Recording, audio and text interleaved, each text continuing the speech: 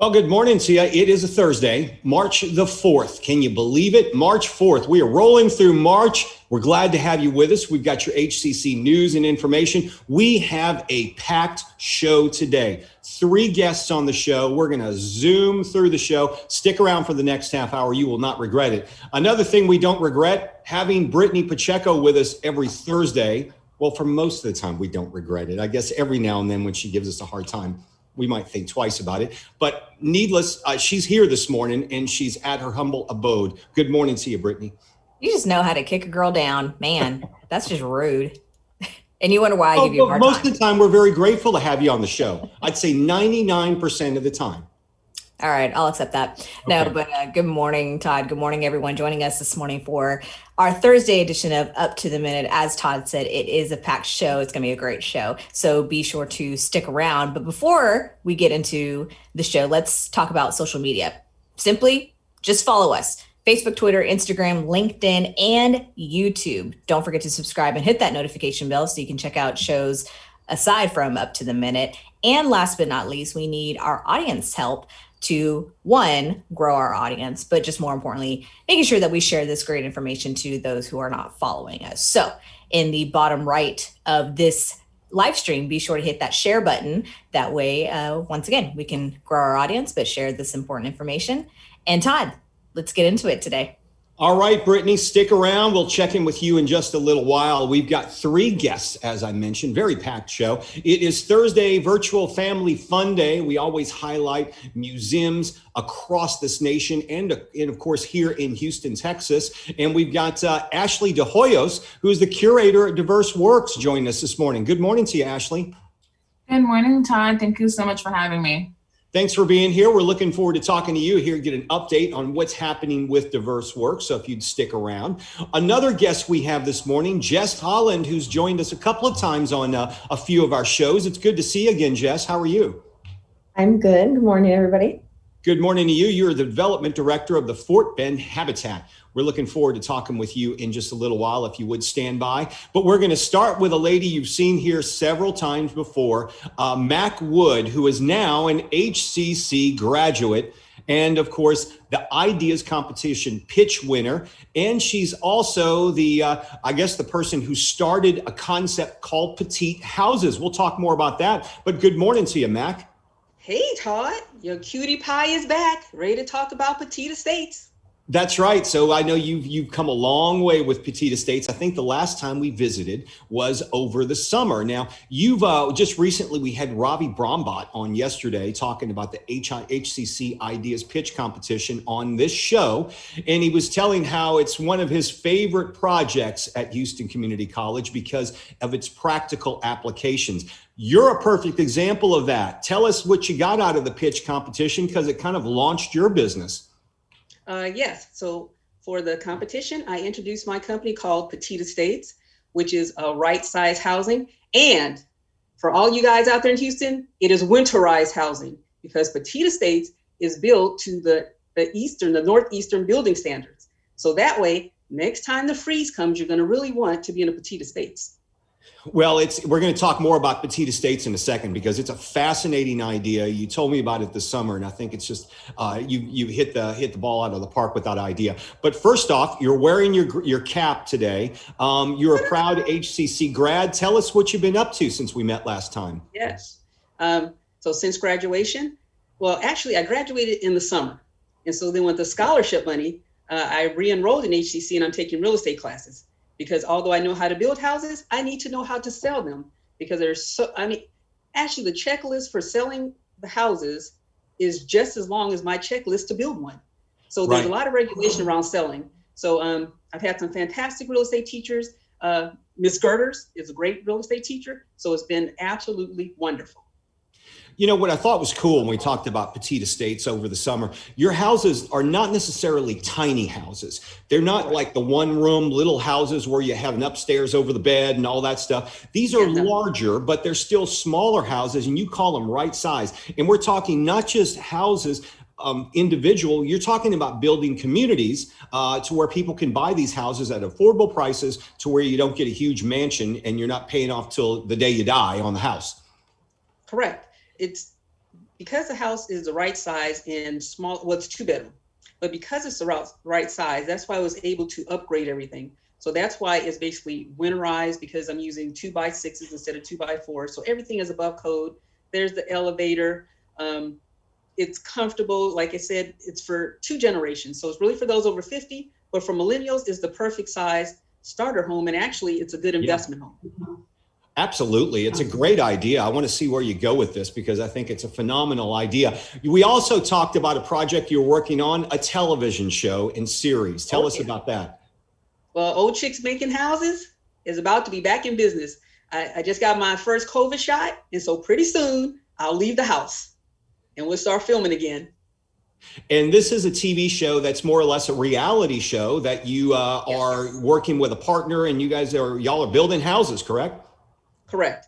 I was volunteering with Habitat for Humanity and building houses and just showing people how much fun it is to build houses and what good exercise it is and just how exciting it is. Well, I think I mentioned this before, but when you get that series up and running, you've got a home at HCCTV. So we'd love to get you on the air. We got get the programming out there for you so you can get some viewership, but we're looking forward to seeing that. You also mentioned you're on a new adventure because you just got your first COVID vaccination. Congratulations on that. Yes. Oh yeah. I'm up at 4 o'clock in the morning. And so the news was telling us how to sign up. So signed up. And then a couple weeks later, it's like, get to your shot. And so I took off first thing in the morning because I read my email at 5 to get the shot and I had to get there by 9 o'clock at NRG. So I'm pretty excited. Good deal. Well, get that second one and get back out to work. I know you're dying to do so. Yep. Mac, thanks for joining us again. And make sure you check in with us in the near future and give us an update on where you are. Okay. Oh, I sure will, Todd, because you're going to have a starring role in Old Chicks Making Houses. All right. I'm depending on that. So we'll see you in the future. Mac, thanks for being here today. And thanks for having me. All right. So we're going to move on to Jess Holland. Mac mentioned the Habitat for Humanity. Jess is with Fort Bend Habitat for Humanity. Jess, welcome back once again. We've talked a few times before. It's good to see you again. For folks who may just be tuning in, tell us about your mission out there in Fort Bend County. So I am the development director with Fort Bend Habitat for Humanity. So we serve all of Fort Bend County.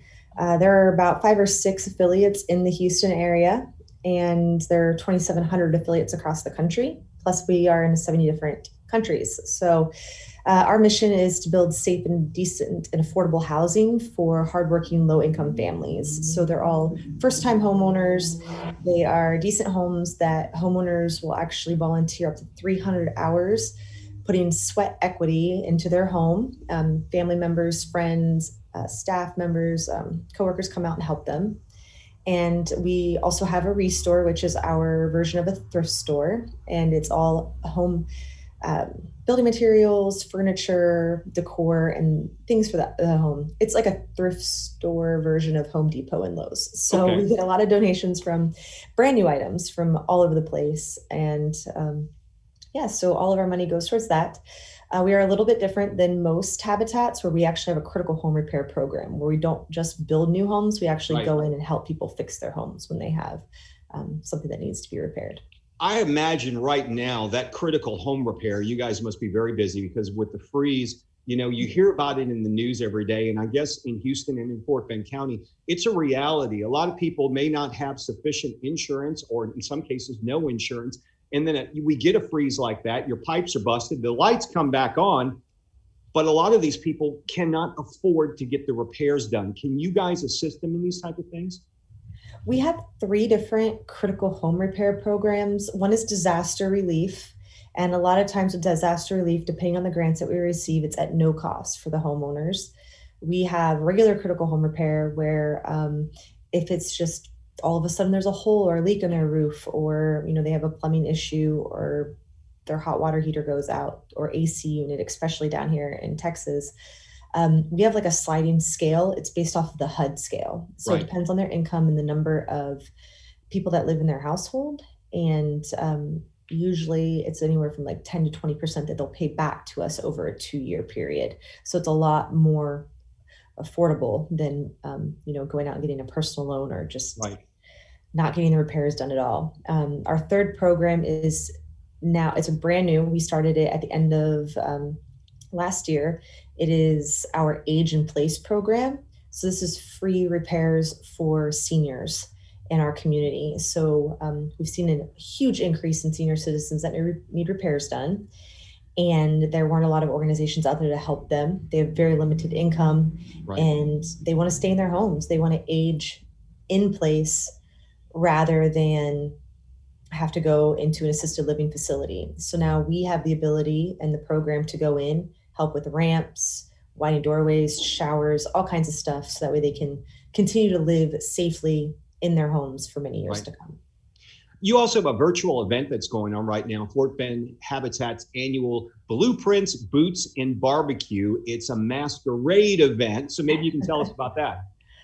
So this year's gala is our 4th annual. Normally it's in person, but this year it is virtual. So we have really awesome auction items, which includes luxury trips such as Castles of Ireland, Amalfi Coast, Alaskan cruise, all kinds of stuff. We have over 60 items on there, and we also have a raffle going on right now. So the big thing with this event is raffle tickets for a luxury vacation, where the winner will get to choose between 3 locations: Sedona, Bodega Bay, or Key West. Wow. And it includes airfare for 2, no blackout dates, and you have 3 years to travel. So for anybody who doesn't feel comfortable traveling at this point, you have 3 years to use it, and it's $50 for a ticket. That's or you great. Can get 4 for $150. So you can even add people. So if you want to add a 3rd person, if you have a child that you would like to take with you, you can add another person. But hey, vacation for 2 with airfare for $50. It's pretty cool.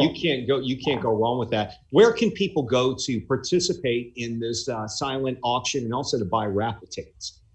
So our current auction ends at 7 p.m. on Sunday, and our raffle tickets the sales end today at 4 p.m. Central Standard Time. And you can go to https://blueprintsbootsandbarbecue.afrogs.org. All right. And we're going to have the link to that, to the events and to buy those tickets in the social media post for the show. Now, the money raised, is that going to go to this senior program you were just talking about? Yes. So all of the funds will go to our senior program. We do also have funding for with the freeze that just happened. Yeah. Majority of the families that need help right now are actually seniors in our area. So all of the money will go to that program. So it's a phenomenal cause, helping out our seniors. And as you know, folks, the number of seniors are growing each year as we all age as baby boomers. I also want to encourage people, because back in my news days, I used to cover a lot of the builds that Habitat does. And it's really an amazing sight when you see all the volunteers. And you guys actually build new homes in many cases. You talk about repairs, but y'all build new homes. And from what I understand, you built almost 90 homes in the Fort Bend County area. Yep. Since we started in 1992, we have built 88 homes, and we've done over 165 repairs. The repairs are since Harvey. So we've done, honestly, a lot more repairs than we have new home builds. Yeah. But we actually got an amazing donation from the George Foundation of a 6.5 acre tract of land in Richmond called Hope on the Brazos, and we will start the building this fall. So infrastructure is being completed, and it'll be a 15 home development called Habitat Lane. So incredible. That's you guys do some great work out there. If you want to reach the organization, their website, I believe, is fortbendhabitat.org. We will have that website in the social media post for the show as well. Jess Holland, thanks for being here this morning and bringing us up to date with everything you have going on. Good luck with your silent auction and the raffle tickets. We're certainly going to help you promote it. Thank you so much, you guys. Have a great day. Thanks, Jess. All right, so we're going to move on to Ashley DeHoyos of DiverseWorks. It's Thursday, Virtual Family Fun Thursday, I should say. And of course, DiverseWorks is an institution in the Houston area. Ashley, welcome to the show, by the way. Maybe you can bring people up to date with a little bit history of DiverseWorks. I know you guys are located in the Midtown area, and it's more or less a complex where you have the gallery and I believe a theater as well. Yeah, so we're located at the Midtown Arts and Theater Center in Houston, which is actually in the HCC community, just a couple of blocks on Travis and Holman. We are one of the main tenants and users of the building as it was established 5 years ago. And we have access to, it has 2 black box theaters, one's with the spring dance floor, a white box theater that seats 100, and then an auditorium that seats about 400 people. And so, and a 1,500 square foot gallery. And so we, as a tenant of Match, have the ability to rent out other spaces. And so our programming is very diverse in terms of how we're operating. And speaking of operations, how have things been going since COVID has hit?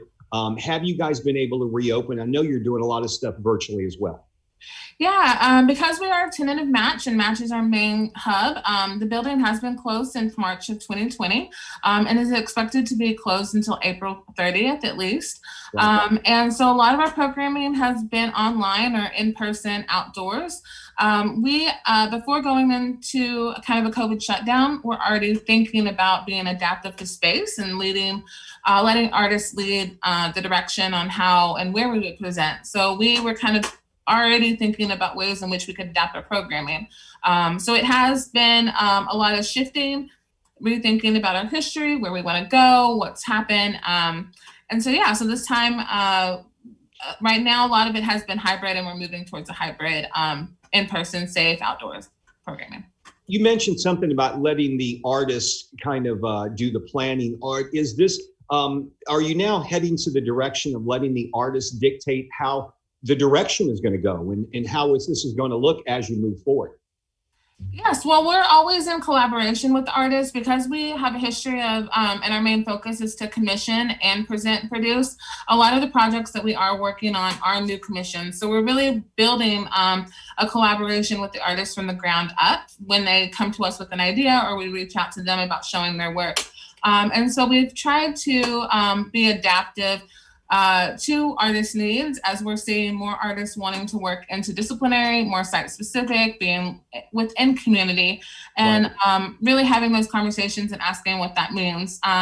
Most recently, we did a project with Jefferson Pender, which was on the streets of Houston.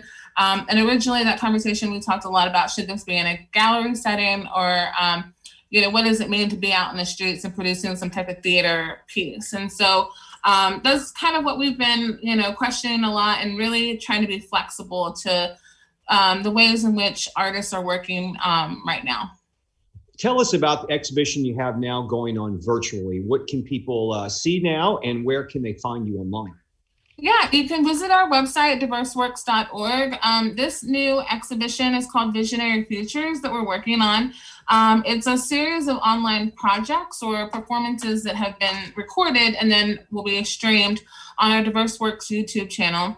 And the idea of Visionary Futures started kind of in conversation prior to COVID, where I was thinking about queer and non-binary spaces and the ways in which people ways in which we build community and how that is connected to the internet and art and technology. And so over the last year, I've been in conversation with 5 artists who have different perspectives of kind of queer BIPOC futurism.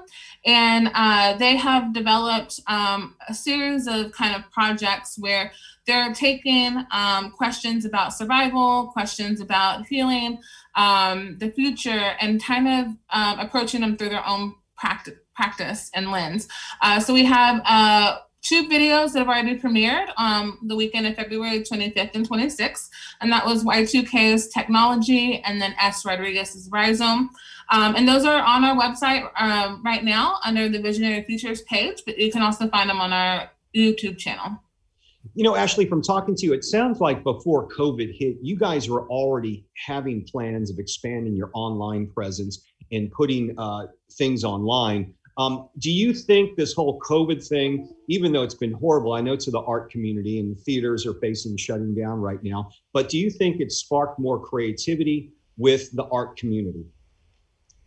I definitely feel like it has challenged us to think beyond a screen and think about audience engagement. I mean, one of the things that's been really hard is how do we connect, you know, in a virtual Zoom as we would connect in a gallery. The galleries are so important to artists and just spaces being open in general, because a lot of times that's where they connect and network and they build and learn about opportunities. And so everybody has kind of had to shift to this online platform where, you know, after a talk, you don't have that opportunity to meet and talk one-on-one with maybe the guest speaker. And so finding new ways of organizing and creating opportunities, either using a service like Twitch and activating a chat, or our YouTube channel where we activate the chat before the premiere, so that there is some type of engagement, has been kind of something that we've been trying to play with. But, it is a very different way of commissioning work, where we're, having to think through a lot of how people are going to see the project and how the performance will translate to the screen. So it is very different. It's a different way of working for a lot of artists. Yeah, it's certainly challenging times we're living in right now. Ashley, you mentioned you guys are looking at possibly reopening at the end of April. Do you know what that's going to look like yet when you reopen? Have you thought about the social distancing and maybe the placement of items in your gallery and how people could possibly view performances in the theaters? Yeah, well, we actually, we're kind of at the mercy of the Midtown Arts and Theater Center, and really understanding ways in which they can be safe and we can be safe operating with them. We do have a performance that is scheduled for May, which is with Open Dance Space Project, and that's an immersive performance. And so I know that we're having conversations of what that even means to potentially have an audience, and what that also means to produce it without an audience. And so there is a daily conversations that are happening, and really it's going to be up to the city and up to the space in which we are working out of, and whether or not they want to move forward. But we are trying to adapt with our artists with this in mind, and we want to follow all the CDC guidelines and make sure everybody is safe. Ashley DeHoyos, curator of DiverseWorks. Folks, check them out. We'll have the link to their social media and also to their website in the social media post for the show. Ashley, thanks for joining us this morning. Stay safe. Thank you so much. It's been a pleasure. Thank you.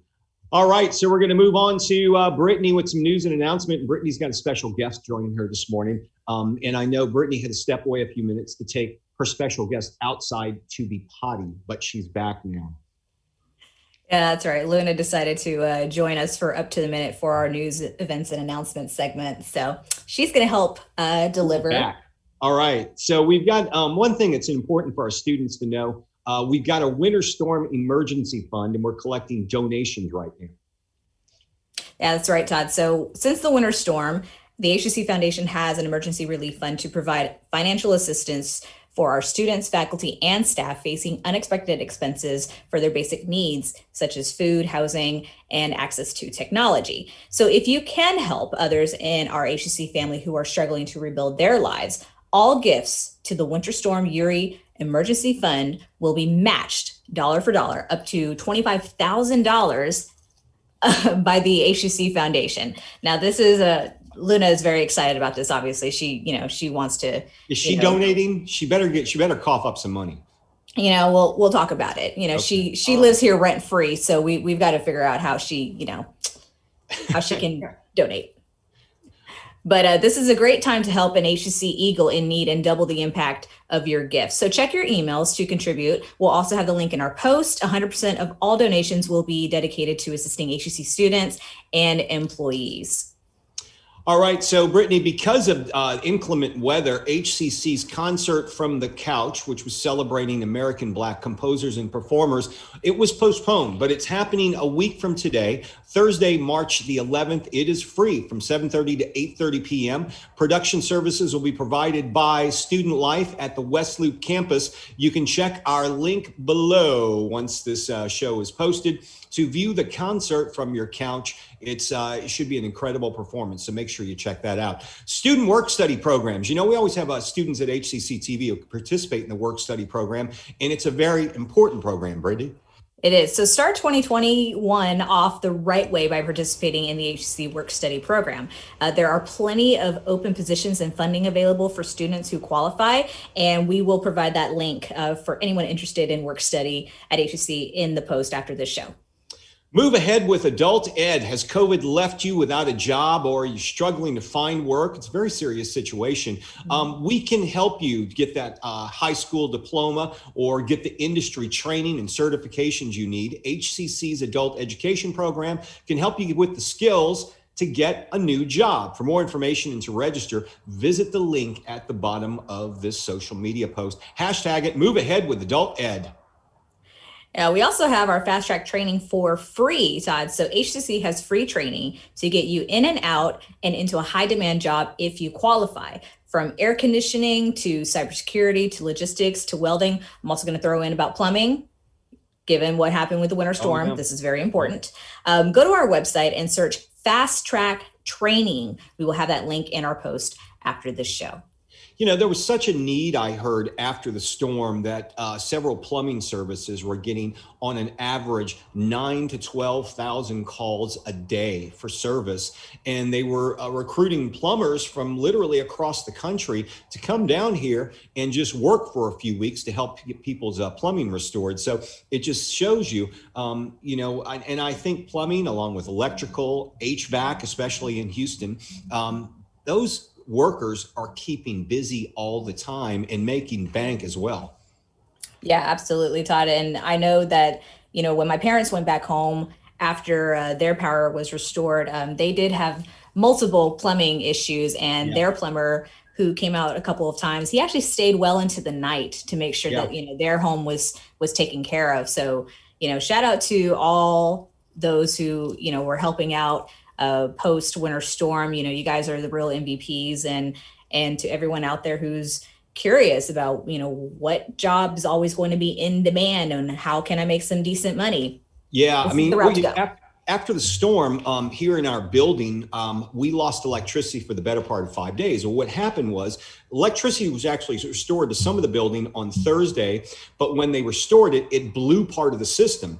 So Friday morning, I go out to take the pups outside for their morning break, and there are literally a dozen trucks out front. And I talked with management to see when the lights would come back on, and they were telling me they had guys here at 6 a.m. that Friday morning after the storm.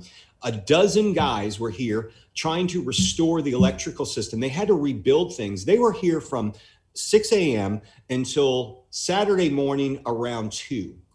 Wow. Literally working straight, you know, through those hours, trying to get everything back online. They got everything back online, but it just goes to show you such a demand. I mean, just our building alone, we had 12 of them out here, you know, trying to get people back online and just back with some electricity. So incredible need for those skilled workers right now. Absolutely, Todd. And the fact that HCC is offering free fast track training so that people can get into these high demand jobs is incredible.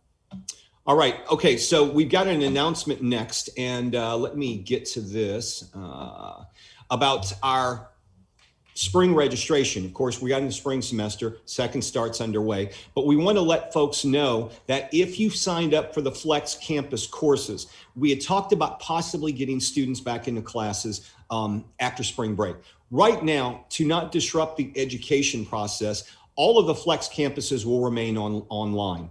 The lab-based courses, especially the skilled positions, or I should say the workforce positions, those labs are happening in person, and a number of labs will resume online after or in person after spring break. And I just got word from our producer that we're going to break this down and give you more of a glimpse on Tuesday, because Dr. Shante Grays will be here on the show. And of course, as you know, she is our Vice Chancellor of Student Services. So she'll give us an idea of what's happening with that on Tuesday. But right now, keep in mind, registration's underway, folks. So make sure you do register. But a lot of the classes, especially now, the Flex campuses are taking place online. For all your registration needs, go to hccs.edu/now.